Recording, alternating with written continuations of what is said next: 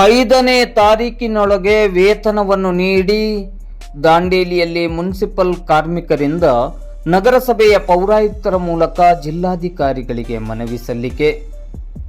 ನಗರ ಸ್ಥಳೀಯ ಸಂಸ್ಥೆಗಳಲ್ಲಿ ದುಡಿಯುತ್ತಿರುವ ಪೌರ ಕಾರ್ಮಿಕರು, ನೀರು ಸರಬರಾಜು ಮತ್ತು ಇನ್ನಿತರ ಗುತ್ತಿಗೆ ಕಾರ್ಮಿಕರಿಗೆ ಪ್ರತಿ ತಿಂಗಳು 5ನೇ ತಾರೀಕಿನೊಳಗೆ ವೇತನವನ್ನು ಪಾವತಿಸಲು ಅಗತ್ಯ ಕ್ರಮ ಕೈಗೊಳ್ಳಬೇಕೆಂದು ಮುನ್ಸಿಪಲ್ ಕಾರ್ಮಿಕರ ಸಂಘಟನೆಯು ಮಂಗಳವಾರ ಸಂಜೆ 5 ಗಂಟೆ ಸುಮಾರಿಗೆ ದಾಂಡೇಲಿ ನಗರಸಭೆಯ ಪೌರಾಯುಕ್ತರಾದ ವಿವೇಕ್ ಬನ್ನೆ ಅವರ ಮೂಲಕ ಜಿಲ್ಲಾಧಿಕಾರಿಗಳಿಗೆ ಮನವಿ ಪತ್ರವನ್ನು ಸಲ್ಲಿಸಿದೆ.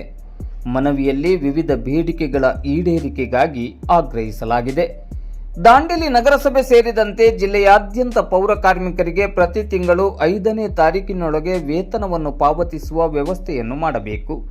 ಮಳೆಗಾಲದ ಹಿನ್ನೆಲೆಯಲ್ಲಿ ಪೌರ ಕಾರ್ಮಿಕರಿಗೆ ನೀಡಬೇಕಾಗಿರುವ ರೈನ್ ಕೋಟ್, ಬೂಟ್ ಸೇರಿದಂತೆ ಅಗತ್ಯ ಸಮವಸ್ತ್ರಗಳನ್ನು ಕೂಡಲೇ ವಿತರಿಸಬೇಕು.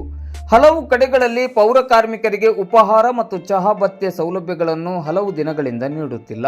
ಕೂಡಲೇ ಅದನ್ನು ಜಾರಿಗೆ ತರಬೇಕು ಎಂದು ಸಂಘಟನೆ ತೀವ್ರವಾಗಿ ಖಂಡಿಸಿದೆ.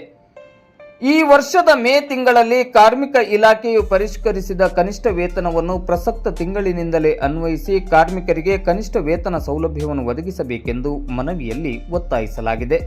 ನಿಗದಿತ ದಿನಾಂಕದೊಳಗೆ ವೇತನ ಪಾವತಿ ಮಾಡದೆ ವಿಳಂಬ ಮಾಡಿದರೆ ಸಿಐಟಿಯು ನೇತೃತ್ವದಲ್ಲಿ ಪೌರ ಕಾರ್ಮಿಕರು ಬೃಹತ್ ಪ್ರತಿಭಟನೆ ನಡೆಸುವುದು ಅನಿವಾರ್ಯವಾಗುತ್ತದೆ ಎಂದು ಸಂಘಟನೆ ಜಿಲ್ಲಾಡಳಿತಕ್ಕೆ ಎಚ್ಚರಿಕೆಯನ್ನು ನೀಡಿದೆ.